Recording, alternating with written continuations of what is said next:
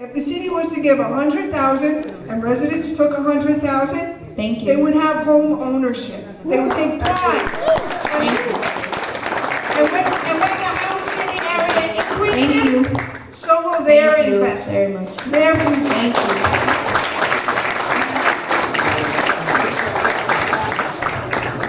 Okay, before we continue, can we just ask a favor that we just keep the applause down? This is a forum, yes, but we just want to keep it down. Yes. I understand. Thank you. So we are now moving into a lightning round of yes or no answers. So the first question is, what is your favorite restaurant in the Rockaways? Please, just one, stick short to it. No explanations, just one answer. Can we please keep it down? Thank you. Favorite restaurant? My favorite is Wits End, 98th Street. Can we please keep the audience? Mellows. I eat a number of restaurants here as well. I can go down there, so there's not one in particular. There's very good food down here, and I go all over. We happen to go out every night to eat, so we have a good time doing that. It's all right if you don't know the restaurants here, but Goodies is absolutely good. Next question. It's Black History Month. Without naming Martin Luther King Jr. or Rosa Parks, what influential Black leader inspires you? Starting with Ms. Crowley. Can't say Rosa Parks, can't say Martin Luther King. Barack Obama. I served you with him. I wish he would run for president again. But that's who he inspired hope at a time when our country needed it and true leadership. And we need that now more than ever.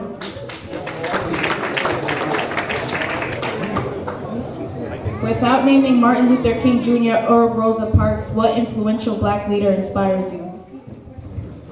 Because I'm going to mention, because her name is Miss Sanders, right? She was my teacher. She's the one that kept me out of trouble. She's the one that taught me how to do things differently in school, and I still keep in contact with her. All these years, she monitors my growth and what I do. Thank you. That's a person of influence.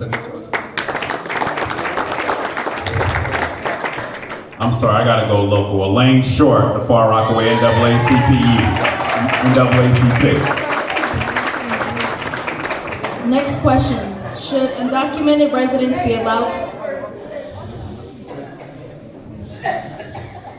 Next question. Should undocumented residents be allowed to vote in local elections? Starting with Councilman. So you mean with the green card, so the proposed legislation in the city council? Yes. My daddy just became a citizen last year. He's contributed to this economy, and I believe Can y'all please keep it down? Thank you. Should undocumented individuals be able to get a driver's license? The answer is yes. Immigrants have contributed to our country and to our city as well. The question is, should they be allowed to vote in local elections? Should they be able to vote? Yes. Yes. Yes. All right, excuse me again. House rules were discussed. We need to adhere to House rules so we can move the program. All right, next up will be Mr. Miranda.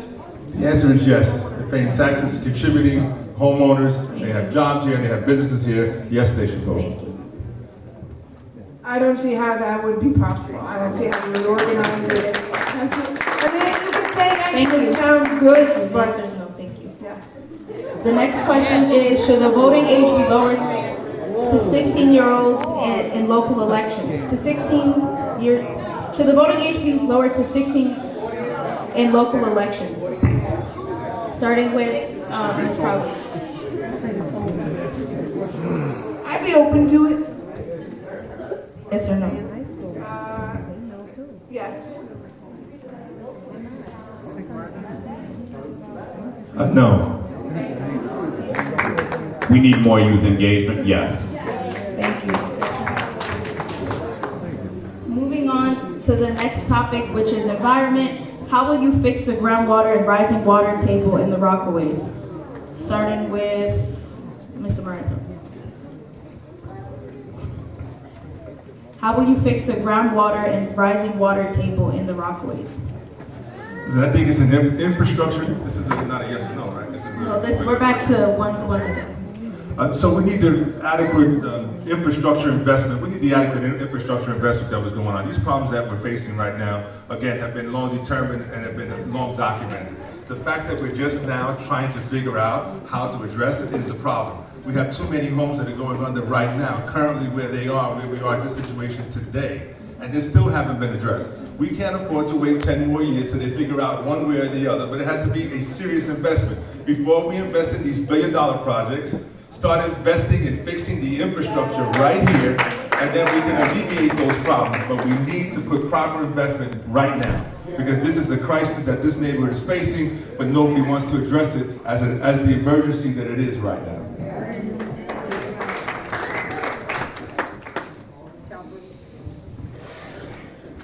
You should learn history when you come into a community, because you will see on every street, you can see infrastructure investment being put in. So from Mott Avenue, $139 million. In Edgemere, $40 million being spent. On Beach 74th up, infrastructure investment coming in. It's been a very long time, and I just want people to understand this.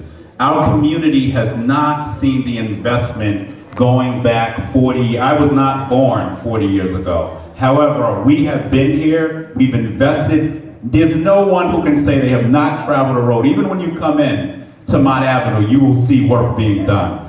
When you come in off the bridge, you will see work being done. It's taken far too long, but this is why I'm running for borough president, because we've done what we were supposed to do here. We need to make sure we take it to the next level.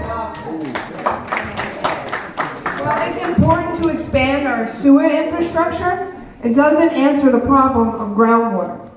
We need to have more permeable surfaces. We need to have more plantings. What we've done in the Jamaica Bay is a step in the right direction. I have to say, my son Owen spent a few summers toiling and planting, and today it's the cleanest it's been in 100 years. But I was out here after Superstorm Sandy. I tell you something, I did a little bit, whatever I could to help, but I couldn't imagine the devastation, everything that your community went through because of how you were hit by that terrible storm. One thing that I do know about your community is how resilient you are. And I admire that so much about Rockaway. But we need to do more plantings, and we need to protect our bay, right? So when the high water comes, it doesn't come into our homes. We keep the water in the bay, and we need a real wall there. There's millions and millions of dollars that have not been spent, and if we don't spend it now, we're going to have to give it back. So we need to protect our bay line as well as our ocean. Thank you.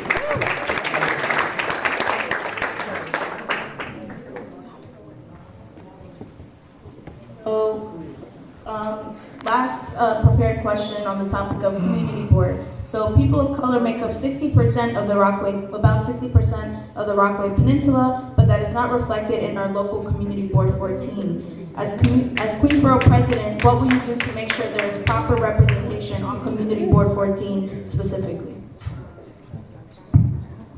I've been somebody, as a council member, I started an organization called 21 in 21.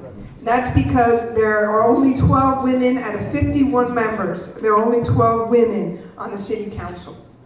We need to make sure that not only that we fill the demographic of having people of color and making sure the diversity that is reflected in the community is reflected on the community board, but we also need gender diversity. There are too few women. We need young people as well. So in short, I have a history of empowering by starting this organization that's there to empower and encourage women to run for office. We live in the most progressive city in New York.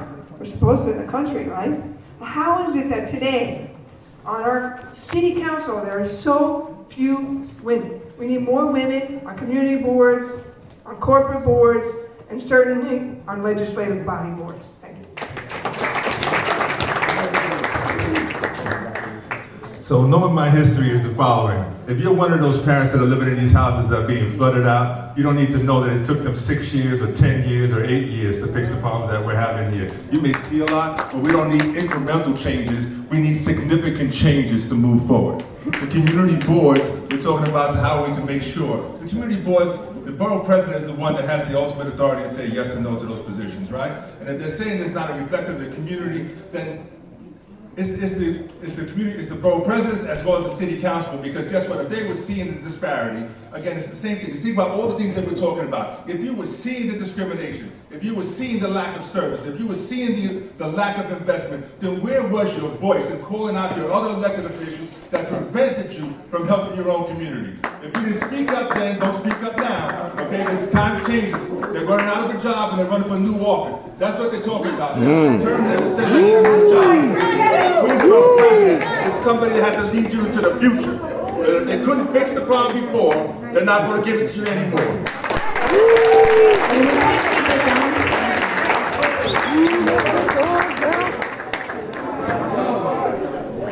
Well, let me say this. You know, it's easy to murder mouth on these situations. You know, Mr. Miranda has a lot to say. And he likes to talk about failed politicians because he was one. He ran for office many years ago and lost. That's why he's not a politician. And he doesn't understand the way the system works.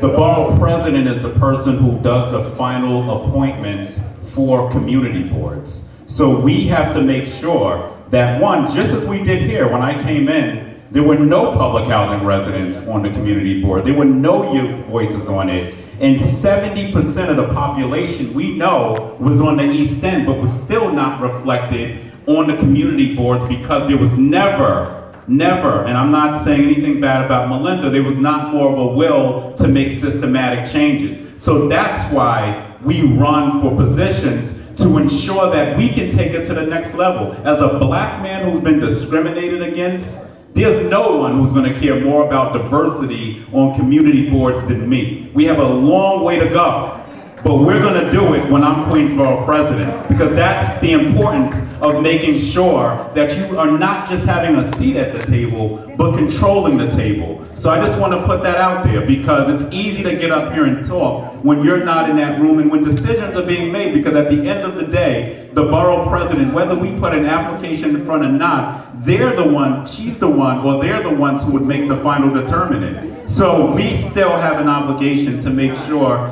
that as borough president that we shift that there's more transparency and more accountability in the process. So we're not going to start the community questions. The first, no. He called me out. I got a response.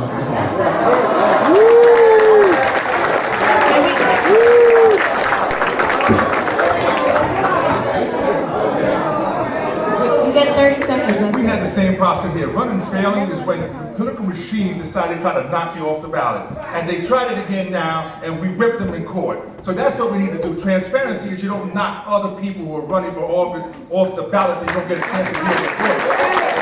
I didn't go out there and the only other African-American candidate on the board, I didn't go after him and knock him off like Godfrey did, right? So we need to call it for what it is, okay?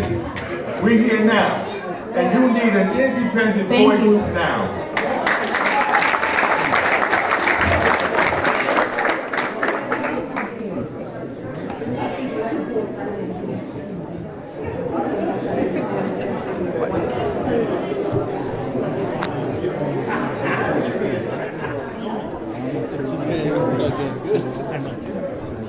Hold on. Where?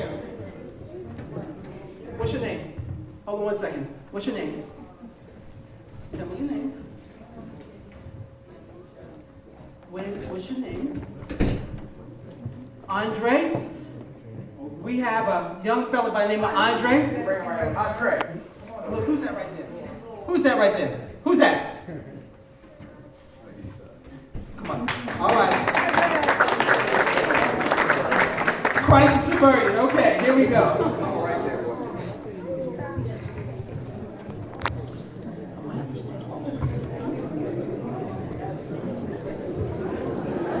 So we're going to start are the community questions now. These are the questions we received on index cards. The first question we're gonna ask the candidates is, what plans do you have to get people out of shelters and into affordable housing? Again, 1 minute. My campaign is a grassroots campaign. Now, I don't want to attack one of my opponents, but the fact of the matter is, Donovan Richards has received over 30% of his campaign resources from those big developers that are driving the gentrification happening right here. We need to build real affordable housing. And we need to make sure that our borough president is going to be independent and not have influence of big real estate involved in the plans that move our borough forward. Now, earlier I mentioned how we need to do more transit. I have a plan that would open up 20 square miles of Queens that is currently a transit desert. All along those right-of-ways is property that's ripe for development. And jobs and opportunity come with transit. We need to think forward. We cannot go to one community and overburden it and overdevelop it and expect it to have the same character. We need to be thorough with our plans and build opportunity for all. Too many of our families are suffering. Too many are holding on. Too many are going homeless. And there are many more that are doubling up because they do not want to be in the homelessness system. Just let me finish with this one statistic. Queens only gets 10% of the affordable housing budget, yet we're 30% of the city's population. There's nothing fair about that. It's time for our fair share. Thank you.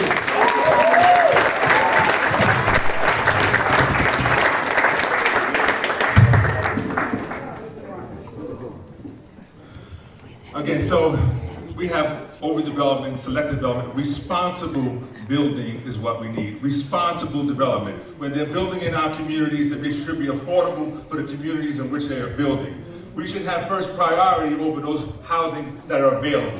The hotels that they're building were not meant for shelters, right? It is not for far too long, and they're not providing the service that is necessary.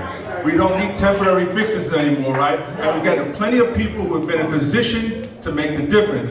But did you call anybody out who didn't get the job done? Were you out there protesting against another elected official because they blocked your plans to help the homeless, or because they blocked you and any other things that you were trying to do in your community? Were you out there protesting? Because if you were, the community would have heard you. But we didn't hear you because you weren't protesting anything. Too many side deals. Responsible building, remember that. Not affordable anymore, because affordable is a bad word for us, because it doesn't mean that building is for us anymore. But if we're going to build responsibly, and we're going to build according to the communities we're building in, like we don't need it in the small homes, all of a sudden get a 20-story structure built in the middle. That doesn't help us. Well, I want to thank Liz Crowley, because if she did such a great job, she would have got reelected to her seat many years ago. It's easy to talk about these things. But let me say this as well. Let me say this. I know she has brought a few people. I know she brought a few people.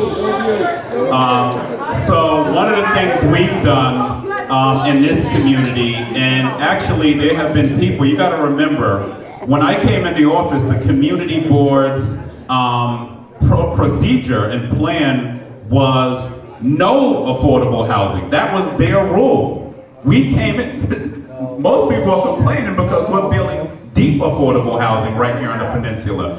We could talk about senior housing on Beach 32nd Street, where we have seniors in this room who moved into real, true affordable housing. How we moved over 200 seniors who were homeless into a development because they deserve that permanent housing. We also passed legislation I'm happy to have sponsored in the council, which now mandates 15% of all rezonings that happen in the city have a homeless set aside certainly there. So everything we've done here, we just opened up a building this week. I'm gonna close on this.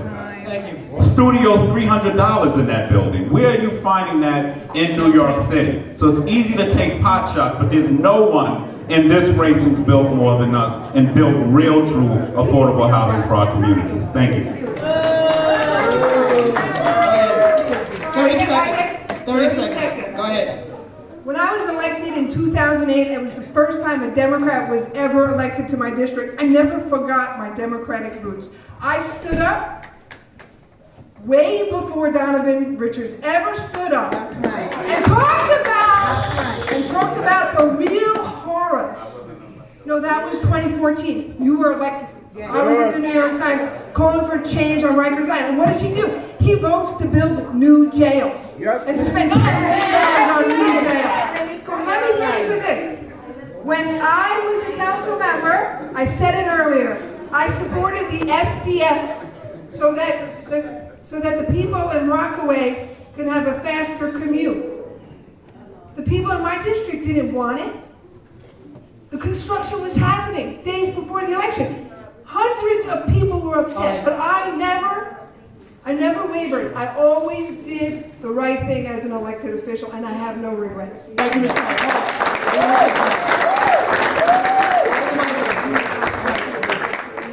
The rules will be, we're going to stay on topic. If we go off topic, then we can't get to the audience's questions. So I need everybody to stay on topic. Okay, here we go. Next question will be on development. In the Rockaways, density is an overwhelming issue. What is your take on supporting development in the Rockaways? Ms. Crowley, you have the microphone start. 1 minute, and then we can go down. I started this forum telling everybody here how fond I am of the Rockaways. If it was up to me, I'd spend more time here. I live in Glendale, in the center of Queens, so it's easy for me to access the rest of the borough. It's near Borough Hall. I've made a commitment to open an office here. Do I think it's too densely populated on certain blocks? Absolutely. Do I think that you don't have enough services? Absolutely. There aren't grocery stores here. There's one Stop and Shop. And it came before this council member was here. There are parks that haven't been renovated since Superstorm Sandy, even though the council member thinks all the parks in Rockaway have been renovated. We cannot build and continue to overdevelop without proper green space, without the stores, and certainly without the schools. Is there a plan for a new school in Rockaway with all this big development? No. Thank you, Ms. Crowley. Mr. Miranda, you're next. You spoke about responsible development. Again, understand that they're building these buildings and they haven't done the work, right? So the development is necessary, but it has to be responsible. You have to have the feasibility studies done as well. You need to know what the impact is going to be when you build these buildings, what the impact is going to be on the schools, on the hospitals, on the police, on the water and sewage. What is going to be the impact? They haven't done the work, but they keep building, right? We need to also know what the environmental impact is also when we're building this here. We see development all over Queens and also here in Rockaway. Responsible building takes all those things into consideration before you break ground, before you make the family suffer through the entire process and then try to fix it when it's too late. We have to be in front of this conversation all the time. So what was the question again? You spoke of... In the Rockaways, density is an overwhelming issue. What is your take on supporting development in the Rockaways? Well, obviously I've done it. But, you know, the question of a supermarket was brought up. On Mott Avenue, even as we speak, we see a building going up. We actually are building a new 30,000 square foot supermarket on that ground floor in the building that's coming up. We opened up a new building, a new supermarket right on Beach Channel. There's another supermarket that actually will be built on the Peninsula Hospital site, and that's just the start. But obviously, all of the things, it's just not about developing the housing. We spoke about the infrastructure. Every project being developed has infrastructure dollars, billions, millions of dollars attached. We spoke about the need for a school. There's a school slated for the Mott Avenue site. You talked about Peninsula Hospital. There's a school slotted for that site. So everything we're speaking about when it comes to development, we've wrapped with the capital investment. And you can see that we not only leveraged the new development, but we're fixing everything else that was not fixed included. You cannot drive up this peninsula without seeing PS 42's park being done right now, without seeing nearly $400 million of investment being put into Edgemere now. So there's a lot of work that has to continue to be done, but we're making progress. The next question is, how will you help push the DOE to provide more middle school and high school space for public and charter schools? Starting with Mrs. I mean, we spoke about that already. I mean, listen, even on the peninsula site, there's a requirement for, once there's a certain amount of units put in place, the way the deal was orchestrated, is that money is poured into seats, that we could possibly also see an expansion of PS 105 part of that as well. So we have to continue to ensure that there's more space in anything, the lack of land attached to some of the developments, any development that's happening, we need to make sure that we tie those other things into them, and that's something that we're doing now.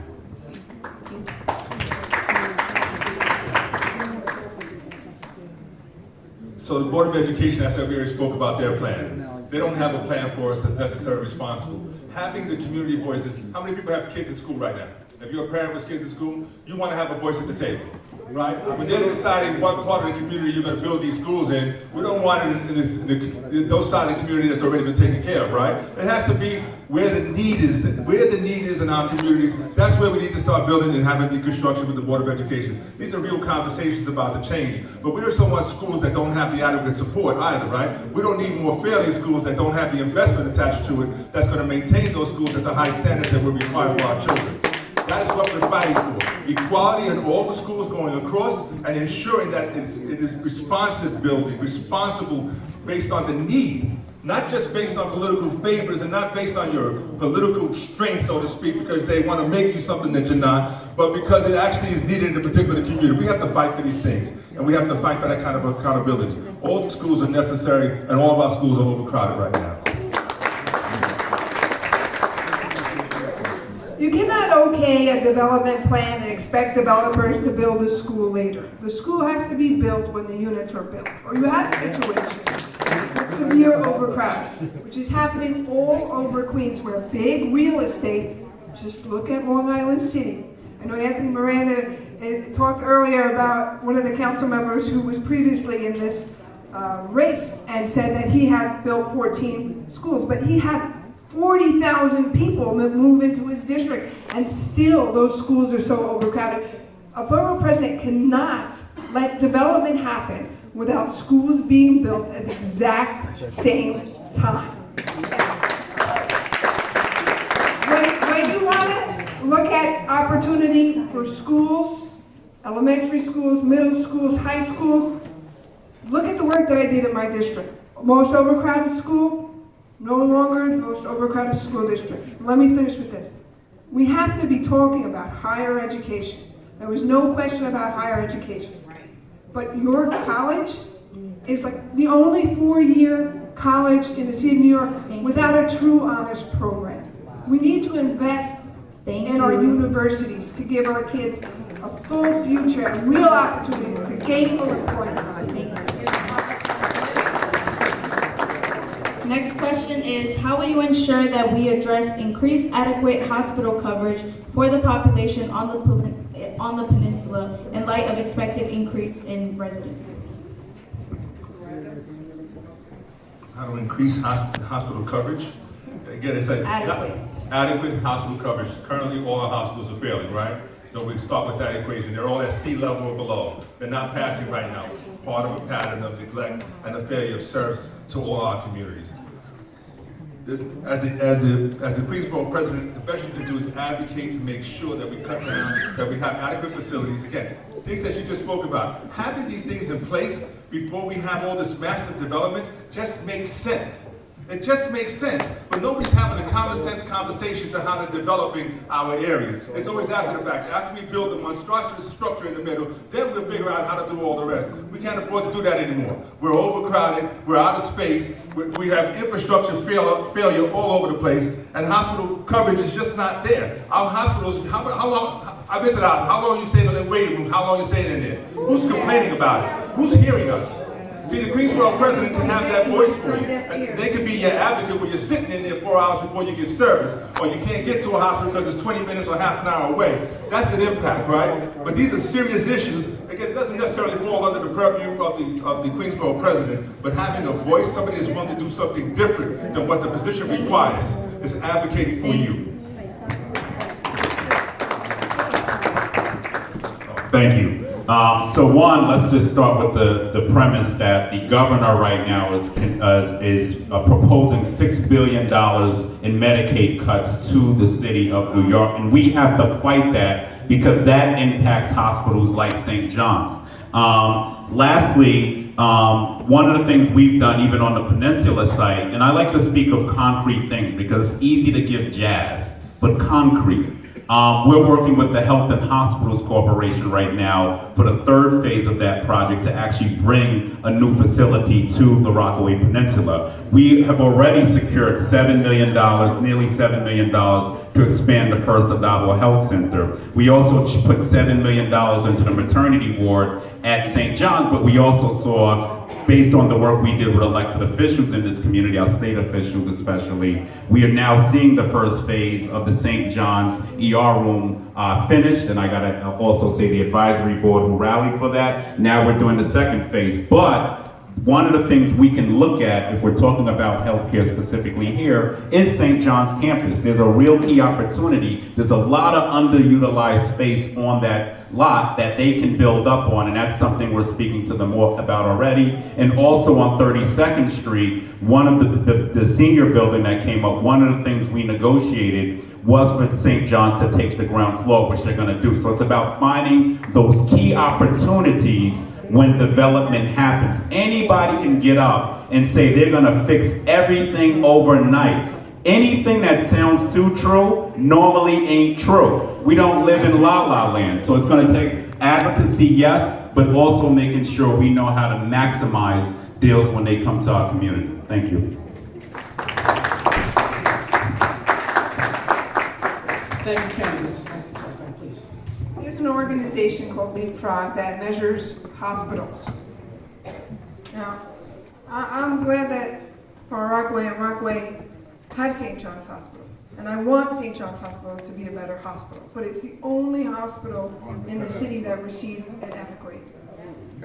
That's not right. The people on the peninsula deserve access to the best quality of health care. Today, the Daily News reported that I was endorsed by the firefighters union and the EMS workers, because I understand that if you're in a healthcare emergency and you live in Queens County, good luck. If you're in a car crash, look, you want to get to the hospital, but if the EMS don't come in time and you're in cardiac arrest or you get shot, good luck. The average response time is over 10 minutes.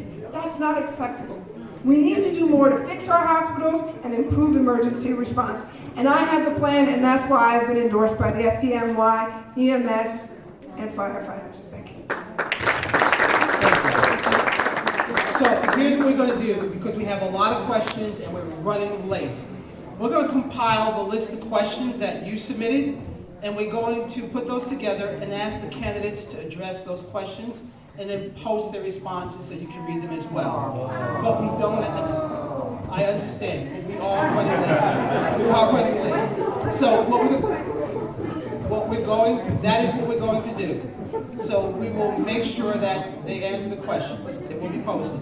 What we'll do right now is Andrea will do the basic closeout with the candidates, so I'm going to turn it back over to her. Thank you.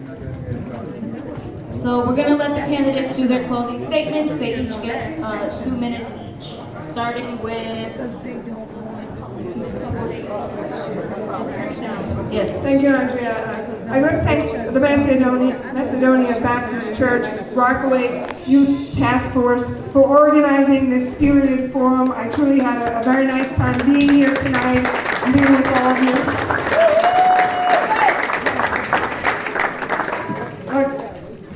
I'm known to be a reformer. My time in the council, I wanted to make sure that I was able to bring about enough change to make the communities that I represented and the city that I represented a better place to live, do business, raise a family.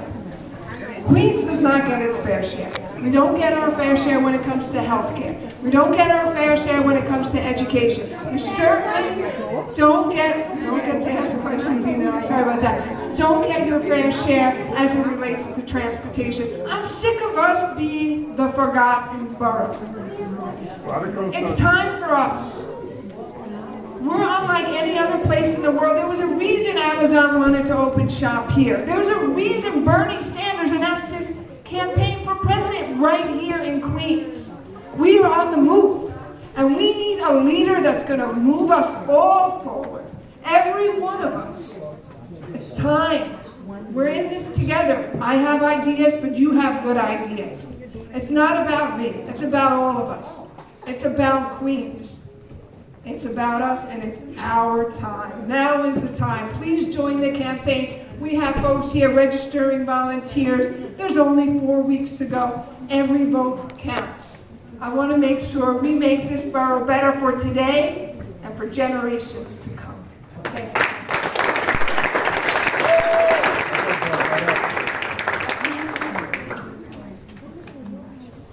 I'm running for Queensborough president because I feel like you feel right now we haven't been heard. La La Land is not being told the truth about all the things that you're involved in. La La Land is taking real estate money and not disclosing that to the community when it's going. The reality that we're facing is we need to stand up and make sure that we're fighting the fight that needs to be fought both publicly. There can't be no more secret deals. There can't be these huge developments going on where they haven't fixed the basic problems that we're suffering from in all of our communities. You think not only Far Rockaway is suffering, but again, you say Far Rockaway is forgotten. If the rest of the Queens is forgotten, then you know Far Rockaway is even worse down the line, right? And when we talk to our elected officials sitting here and says, again, I did this in my district, I did this, but what did you do in all the rest of Queens? You signed off on those projects that put us in the hole that we're facing right now. This has been a fight for many long times, and it's time to change has to happen. Again, applaud them for the work they can do. They're taking us as far as they can, but they're not going us to the future, right? If we take them at their word, they've done the best they can, then these are the problems that we're suffering right now. You haven't been able to find a solution that brings us to where we need to be today.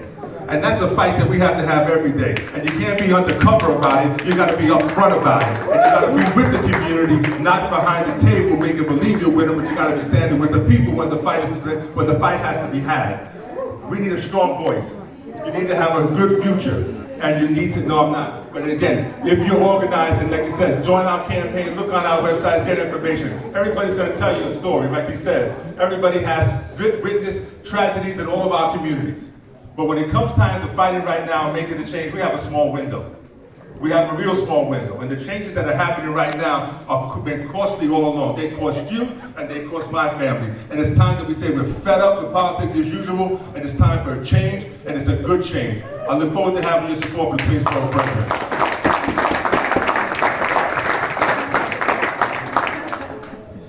I just want to end on a night because I put everything on the line for this community over the last 17 years as a 36-year-old man, black man from this community.